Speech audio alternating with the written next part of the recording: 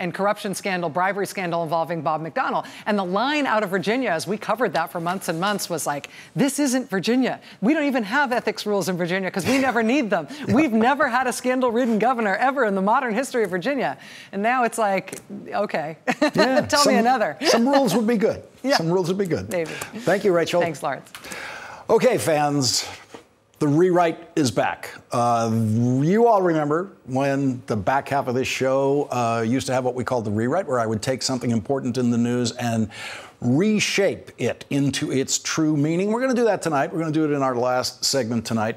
It's something the president said last night in his State of the Union address, as particularly what he said about socialism and how he seemed to aim that at Congresswoman Alexandria Ocasio-Cortez. And so in tonight's last word, you will see Donald Trump. You will see Congressman Alexandria Ocasio-Cortez. And some of the bit players in that will include Tom Brady and the highest paid baseball player in America and all sorts of other things that you need to know about socialism.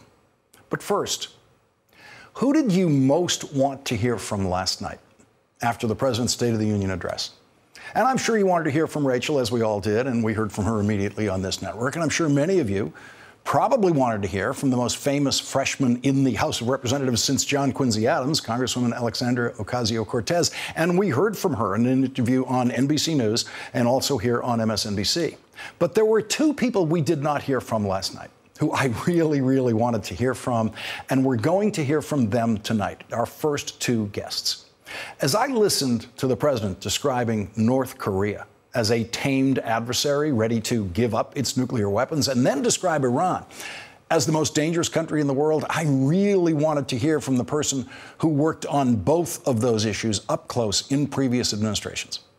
Wendy Sherman has experience dealing with North Korea and the challenge represented by the possibility of nuclear weapons in Iran. As Undersecretary of State, she was in the room every day during the negotiations of the Iran deal that the Obama administration completed, which President Trump specifically attacked last night.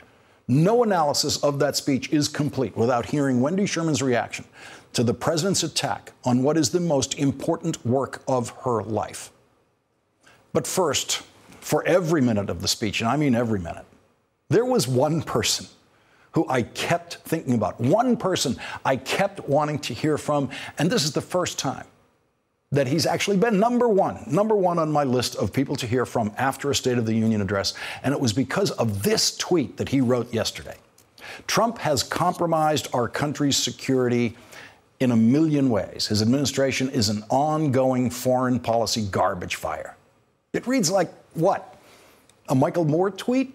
It's the kind of angry tweet that I see hundreds of every day, written by people who are just speaking from the gut on Twitter, people who are not necessarily steeped in policy expertise themselves, but just know that what they are seeing is what they would call an ongoing foreign policy garbage fire. That is angry stuff. Not at all surprising for a typical Trump opponent on Twitter, but for a United States senator? United States senator wrote that. I've never heard language like that from a senator in all of my years on the Senate floor as a Senate staff member. And when you know the senator who said this, it's all the more surprising because mild-mannered, respectful, that's always applied to this senator, who was a member of the House of Representatives during the George W. Bush administration and never said that about George W. Bush's policy. He was never pushed to that point where he called it an ongoing foreign policy fire. It took the Trump presidency to provoke that kind of rhetoric in this senator, that kind of written rage. The first time we saw this senator throw off his mild-mannered, polite Senate shell was when one of the most unbearable mass murders in America occurred in his state with a legally purchased assault rifle that murdered 20 kindergarten students and first graders and 6 educators in the school where those educators were trying to save those children's lives. The Sandy Hook massacre changed Connecticut Senator Chris Murphy. The failure of this body to do anything at all in the face of that continued slaughter isn't just painful to us, it's unconscionable. I can't tell you how hard it is to look into the eyes of the families of those little boys and girls who were killed in Sandy Hook and tell them that almost 4 years later, we've done nothing at all to reduce the likelihood that that will happen again to another family. Now, because the Democrats control the House of Representatives, the House Judiciary Committee held its first hearing on gun safety issues today. First hearing on that in almost 10 years. Now, that's progress, but it has been agonizingly slow progress for Senator Chris Murphy. Democrats in the House who are now in control of House committees with investigative powers were being chased by reporters today to get their interpretation of the strangest line in the president's speech last night. If there is going to be peace and legislation, there cannot be war and investigation. It just doesn't work that way. House Speaker Nancy Pelosi took that as a threat. She told reporters the president should not bring threats to the floor of the House. She is quoted in the New York Times saying, quote, "It was an all-out threat." Here is Adam Schiff, the chairman of the House Intelligence Committee, which is investigating the president today. That's a non-starter. We are not going to be intimidated or threatened by the president to withhold any legislative advancement. If we do our proper oversight, we're going to do our proper oversight. Here is Chairman Elijah Cummings of the Oversight Committee today. When he said something to the effect that partisan investigations, it's not about partisan investigations. We are doing what is demanded by our Constitution. And here's Chairman Jerry Nadler today. He's chairman of the House Judiciary Committee, the committee that has jurisdiction over the impeachment process. To say that we can't do that is to say we shouldn't do our constitutional duty. It's to assert an executive preeminence that one would think he might want to be a dictator. Tomorrow, Chairman Richard Neal of the powerful House Ways and Means Committee will hold his first hearings on ways to obtain President Trump's tax returns. And today, the House Intelligence Committee voted to deliver all of its certified transcripts of witness testimony before the committee to Special Prosecutor Robert Mueller. That includes transcripts that the special counsel and the Justice Department have not yet had access to, and a great many that they have, but have not been allowed to use for particular purposes, including in prosecutions for false statement or obstruction or perjury or any other like offense. So the special counsel's office, the Department of Justice, and its elements will now have access to those transcripts for any purpose which will facilitate justice. If the president meant to intimidate Democrats in Congress last night with that strange line saying there cannot be war and investigation, it's not working. But today's reaction by the House Democrats has given us even more to discuss with the senator who says the Trump administration is an ongoing foreign policy garbage fire. And joining us now is Democratic Senator Chris Murphy of Connecticut. Senator, thank you very much for joining us. I really appreciate it. And I have to say, when I saw your tweet yesterday, that is language that is that you don't find very much of in past usage in the United States Senate. But it made me wonder throughout the speech, what is Chris Murphy thinking to be calling it this garbage fire, and to listen to that speech last night? Was it what you expected it to be? Well, listen, I guess I had very low expectations for the speech last night. It was maybe milder than I would have thought. He didn't, frankly, move us, backwards in terms of the ongoing debates we're having about trying to keep the government open and operating. But, Lawrence, I think the reason that I get upset, the reason why I use strong language when it comes to both national security and gun violence is that, our number one responsibility as a government is to keep people safe from harm.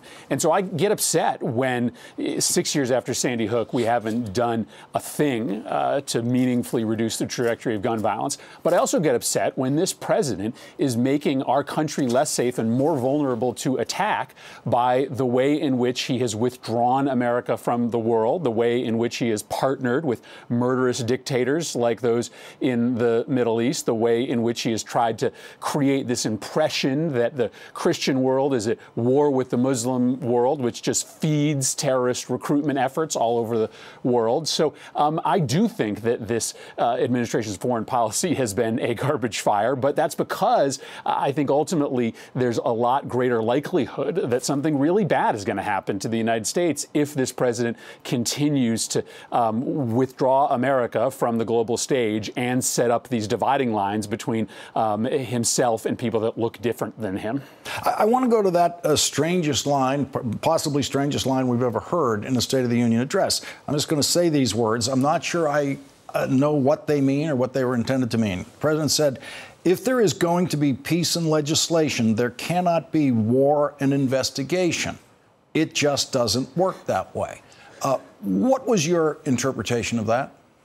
Listen, there were many lines in that speech that I couldn't follow. That was certainly one of them. It sounded like a threat, and it sounded as if he was saying that if you proceed with these investigations against me and my administration, then I'm not going to work with you on legislation that is important to the country, which is, of course, unacceptable and untenable. The other connection was between, I guess, the statement about war and the statement about peace. Listen, I think there's a caution for Democrats when it comes to some parts of Trump's foreign policy.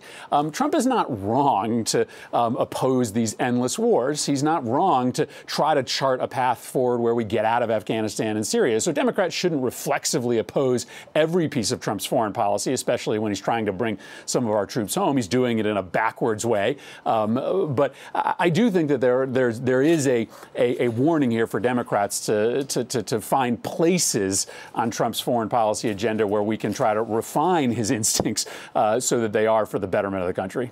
Well, if the president seems to be saying there cannot be war and investigation, he says it just doesn't work that way. That is exactly the way it did work during the Watergate investigation. The Vietnam War was still going on and was going on after the investigation was over and after Richard Nixon had resigned the presidency. So we have seen that happen.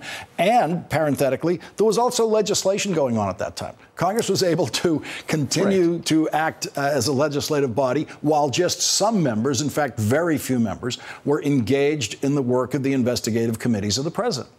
Well, and presidents will often make this argument that any time you are attacking them, you are making the country weaker. That just isn't true. It's never been true. It's our responsibility as a Congress to do oversight over the executive branch. And I would argue both on domestic matters and foreign policy matters. Just because we're questioning the president's wisdom in foreign policy doesn't mean we're making the country any weaker.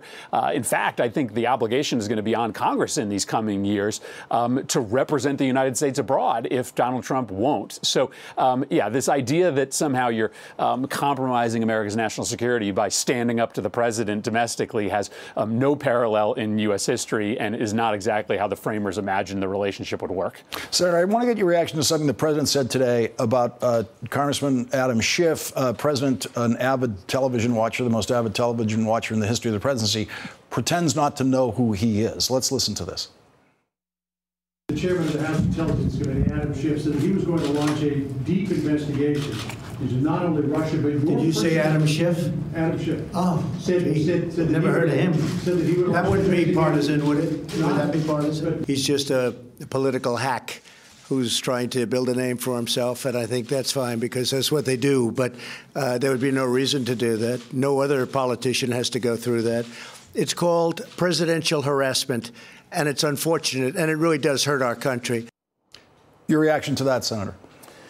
Well, listen, the Mueller investigation has already returned countless indictments connected to the Trump campaign's connection to Russia during the 2016 election. And so we all know that there is significant smoke and possibly some serious fire to the president's involvement in what may have been an attempt to manipulate and steal a U.S. election. And so as Democrats, we're just doing what we think the country expects of us, which is trying to get to the bottom of all of this, trying to get to an answer so that the country can come to some conclusion as to what happened in 2016 and, frankly, what may still be happening now. Obviously, one of our great worries is that some of the most bizarre aspects of the president's foreign policy vis-a-vis Russia and Saudi Arabia can be explained by the president's existing financial ties, his family's financial ties to those countries. And so we have an obligation to get those questions answered. Now, let me say this. I think Adam Schiff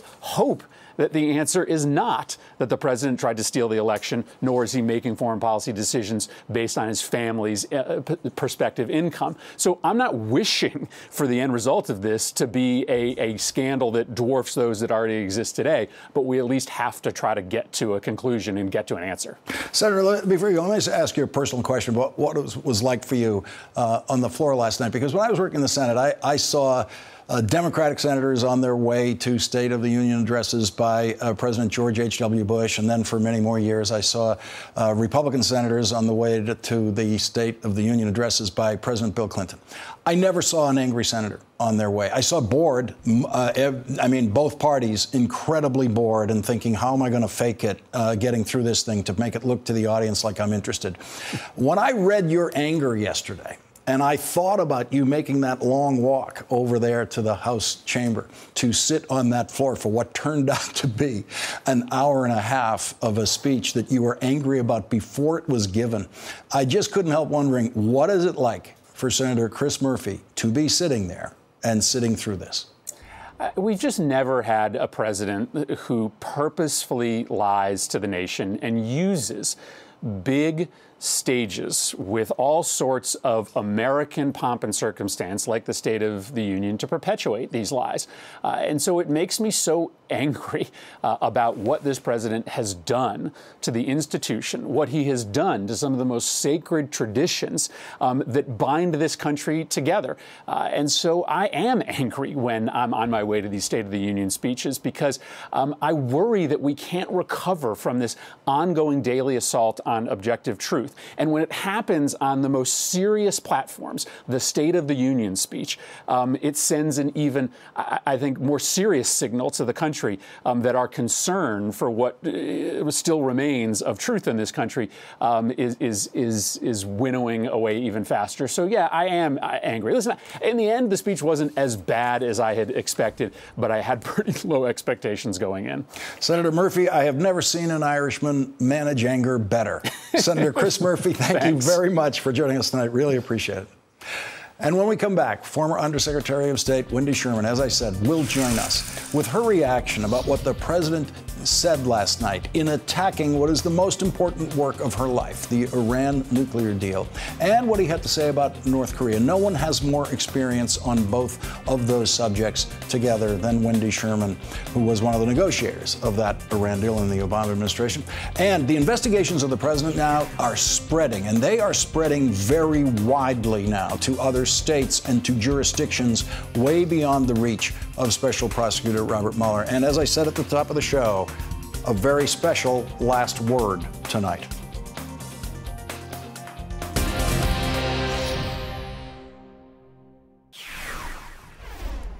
If you listened only to the president last night, you could begin to believe that Iran is the most dangerous country in the world and that North Korea is suddenly our friend. But North Korea has nuclear weapons and Iran doesn't. And according to President Trump's own intelligence agency leaders, Iran is not trying to obtain nuclear weapons. They say Iran is still complying with the deal made by the Obama administration, even though President Trump ripped up that deal. In the twisted logic of the Trump State of the Union address, President Trump has now prevented Iran from obtaining nuclear weapons by ripping up a deal in which Iran promised in writing it would not obtain nuclear weapons. To ensure this corrupt dictatorship never acquires nuclear weapons, I withdrew the United States from the disastrous Iran nuclear deal. And Donald Trump did something last night that no other president has ever done. He actually said that millions of people would have by now been killed in a war with North Korea if the Electoral College had made the mistake of not giving the presidency to Donald Trump? If I had not been elected President of the United States, we would right now, in my opinion, be in a major war with North Korea. Undersecretary of State Wendy Sherman was the lead negotiator in the team that finalized the Iran deal. And in the Clinton administration, she was involved in dealing with the nuclear weapons challenge presented by North Korea. She's also an MSNBC Global Affairs contributor, and we will now get her first reactions to what the president had to say last night. And Ambassador Sherman, I have to say, when he comes to those passages about Iran, I think of you. I wish I could just cut to Wendy Sherman's reaction. But these two things we just heard him say. He actually said, to ensure that Iran never acquires nuclear weapons, I withdrew the United States from the, what he calls, disastrous Iran nuclear deal.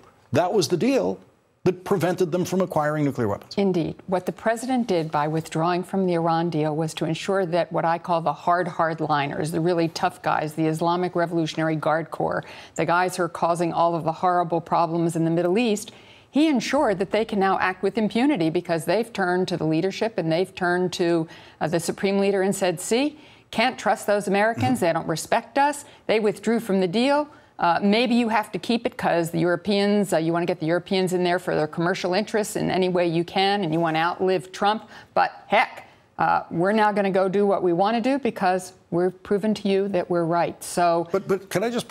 Yeah. They are right, aren't they? I mean, if someone in Iran is saying you cannot trust the Americans, that has been proven right, hasn't it? Well, I don't think we ever had real trust with each other, but to the extent that But I mean, if you make a written deal with the United States of America, exactly, and then the lesson is it means absolutely nothing. Absolutely, which takes you to the second issue, which is Kim Jong-un. Yes. And the president's bromance with this dictator.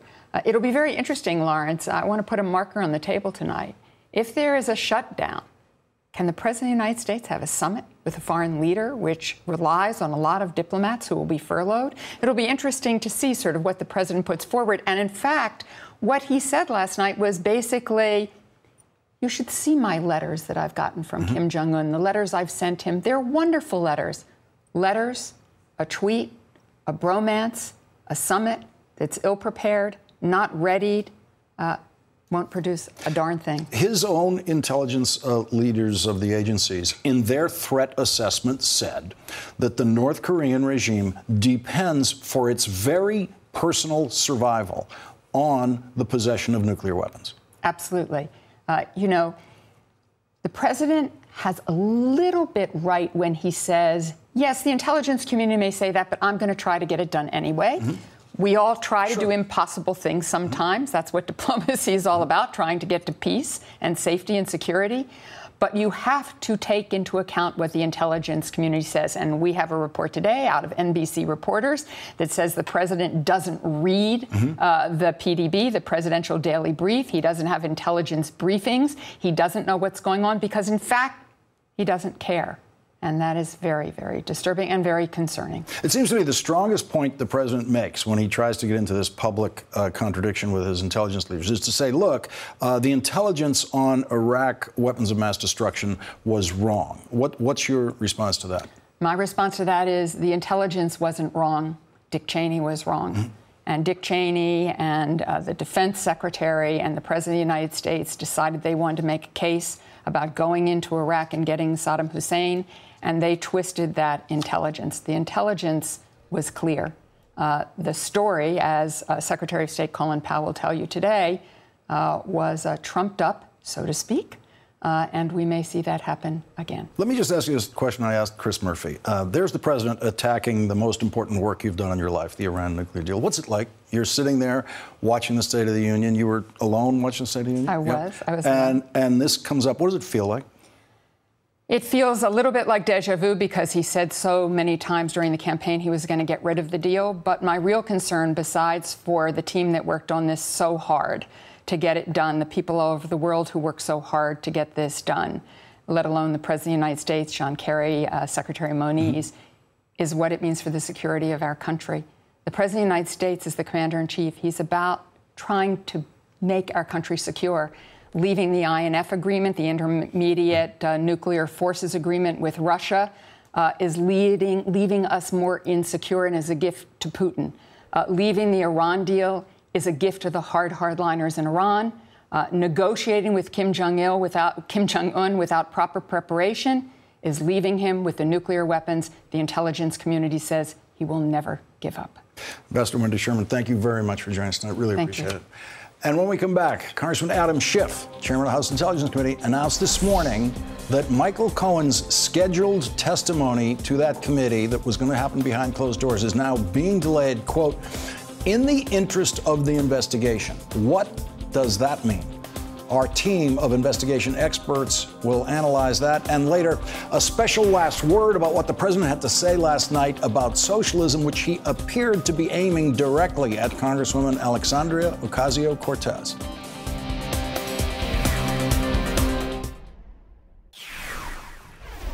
It is becoming increasingly difficult to keep track of the investigations of the President of the United States, and that is because there are many new developments in the federal investigations of President Trump and other investigations, including investigations of his business and the inaugural committee. CNN.com is reporting that federal prosecutors in New York have requested interviews in recent weeks with executives at the Trump Company, signaling a growing potential threat to President Donald Trump and those in his orbit from criminal investigations by the Manhattan U.S. Attorney's Office.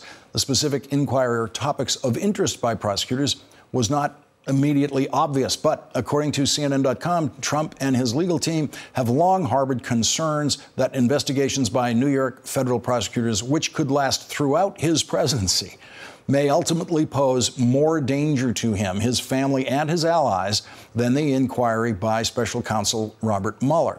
And following the reports on Monday that federal prosecutors in Manhattan subpoenaed documents from President Trump's inaugural committee, ProPublica and WNYC are now reporting that, quote, the investment firm founded by the chairman of Donald Trump's inaugural committee, Tom Barrack, developed a plan to profit off its connections to the incoming administration and foreign dignitaries, according to a confidential memo. A person familiar with the creation of that memo told ProPublica that it was written by Rick Gates, the deputy chairman of the inaugural committee. Rick Gates, who was indicted by Special Prosecutor Robert Mueller in October 2017, has pleaded guilty to conspiracy and lying to the FBI and is currently cooperating with law enforcement.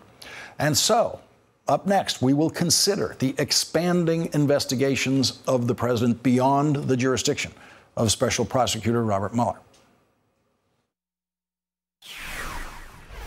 In addition to expanding federal investigations of President Trump that are now outside of the jurisdiction of Special Prosecutor Robert Mueller, there are also state investigations of the president in New York State and in Maryland. And we are joined now by a reporter who has been masterfully keeping track of all of these investigations and how they are interacting with each other. Ken Delaney, an intelligence and national security reporter for NBC News. Also with us, Jed Sugarman, professor of law at Fordham University, who will help us sort out the complicated set of legal jurisdictions that are competing and probably cooperating in their investigations of the president. First to you, Ken Delaney, and I want to go to a point I mentioned earlier in this hour, and that is the rescheduling of Michael Cohen's testimony to the House Intelligence Committee, which was going to be closed-door testimony anyway. What are we to make of that?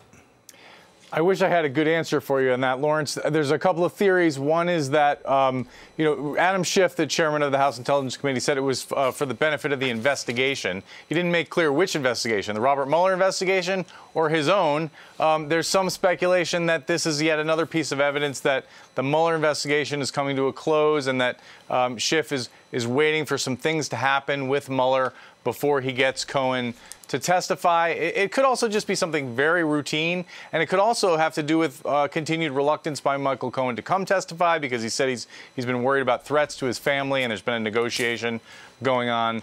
So we just don't know. But what we do know is that Adam Schiff announced today that the House Intelligence Committee is going to reopen and vastly expand its investigation into some very important questions that we honestly really haven't gotten the answers from Robert Mueller. Professor Sugarman, you have been tracking all of these investigations. State Attorney General of New York, looking into, as they've already done, Trump Foundation, other things, and Trump businesses. The State Attorney General of Maryland, looking into possible emoluments issues with the Trump businesses. And now these competing, also federal investigators. You have the special prosecutor. Everyone kind of has that one in their heads and how that one works. How do they all interact? Which ones do you see as most creating the most problems for the president? It's really the interlocking network of federal and state that makes this so impossible for Trump to get out from under this by firing anybody or by pardoning anybody, because one big picture thing is pardons only apply to federal crimes, right? Yeah. So Mueller has been strategizing ways to preserve enough crimes to be prosecuted by state prosecutors. And we also know from summer 2017 that Mueller was in communication with then New York AG Eric Schneiderman. Well, no longer Schneiderman's not in the picture. Barbara Underwood initiated an investigation into Trump Foundation, which could reveal a lot of crimes. But the next step might be the new New York Attorney General, Tish James, in bringing the Trump Foundation investigation directly to Trump Organization.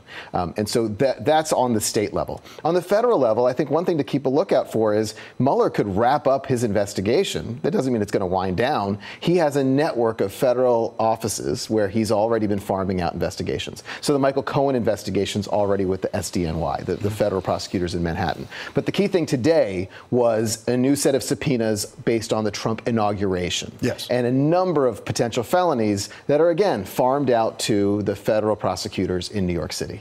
And Ken Delaney, one of the other problems with the pardon, as the president has now known for more than a year, is if you pardon someone, that person then actually loses their Fifth Amendment right, because the person cannot incriminate himself or herself because the person's been pardoned, and therefore they just have to testify to a grand jury. That's absolutely right, Lawrence. They can be compelled to testify. Now, prosecutors would say they would rather have a witness, they would rather have somebody they have leverage over to make sure that they are testifying truthfully. But if they can prove a lie in that case, they can prosecute that person for perjury. So a pardon does not inoculate Donald Trump from having witnesses testify against him. But look, I think we can't lose sight of the fact that it's really important that the House Democrats are reopening the investigation that was closed by House Republicans back in March 2018 with a host of questions unanswered and witnesses, some 30 witnesses that the Democrats were not allowed to call, subpoenas they weren't allowed to issue. That's all going to happen now, and that information is going to go to the American public, Lawrence. And they're already, that committee, sending all of their transcripts of the interviews they've done already to the special prosecutor for him to study for any possible perjury charges or anything that they might find. Ken Delaney and Jed Sugarman, thank you both for joining us tonight. Really appreciate it. And when we come back, President Trump delivered a campaign re-election speech last night, and it sounded like he is running against socialism and Congresswoman Alexandria Ocasio-Cortez. That's next.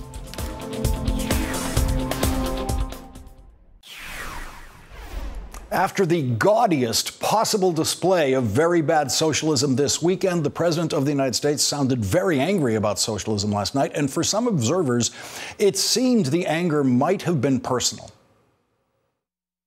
He said, here in the United States, we are alarmed by new calls to adopt socialism in our country. You, of course, have identified yourself as a democratic socialist. Do you think he was talking to you?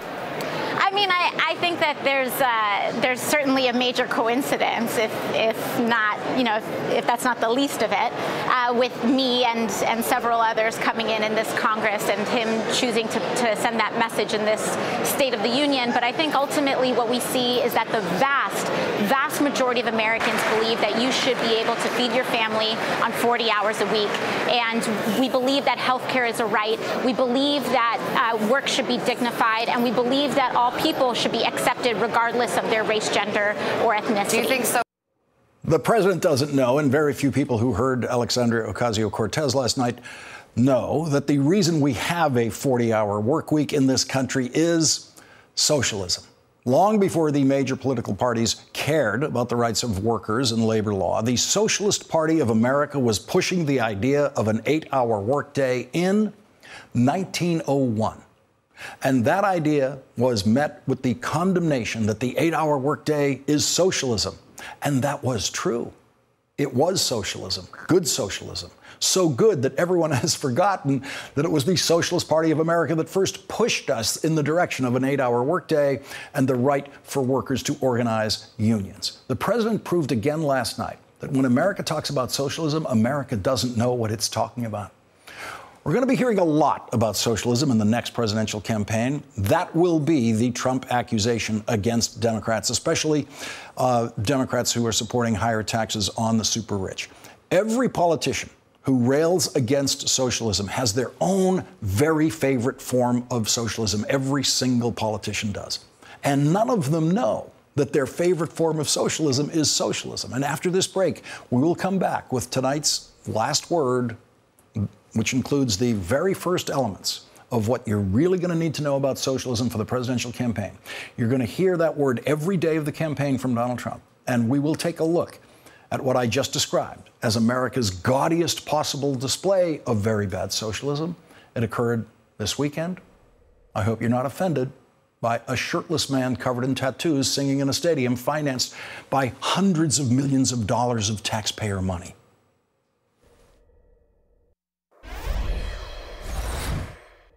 Tonight, we renew our resolve that America will never be a socialist country. At the end of the day, it's not about an ism.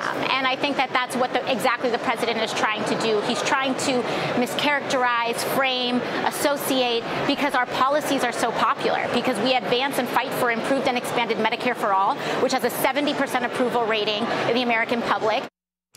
That's the funny thing about socialism in America. When it becomes popular, people forget that it's socialism. Medicare is socialism. It is a classic European-style socialist healthcare system. Social Security is socialism. It was invented in Germany by Bismarck and brought to this country and wrangled into law in 1935 by a woman who began her political life as a member of the Socialist Party. Frances Perkins was the first woman member of a president's cabinet. And when President-elect Franklin Delano Roosevelt asked Frances Perkins to come to Washington with him as his Secretary of Labor, she presented him with a list of demands for the Roosevelt agenda. And Social Security was on her list.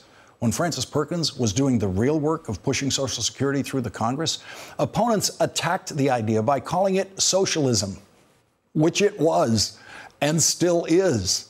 But Social Security is popular, and so it's not socialism anymore in the American mind.